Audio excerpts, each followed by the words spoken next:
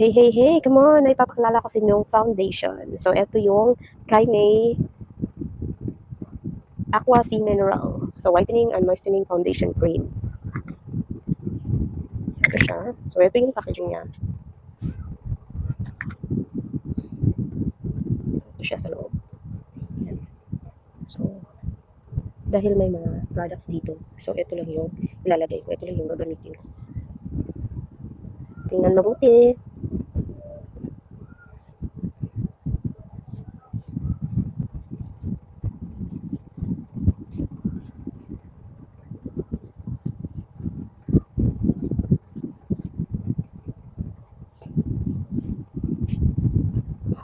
Ito yung side na nalagyan na. At ito naman sa kabila yung hindi palagyan.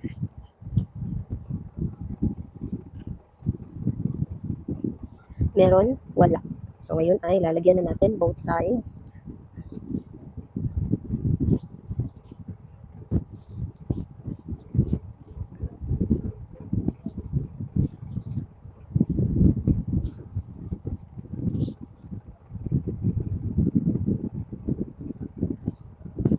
Oh.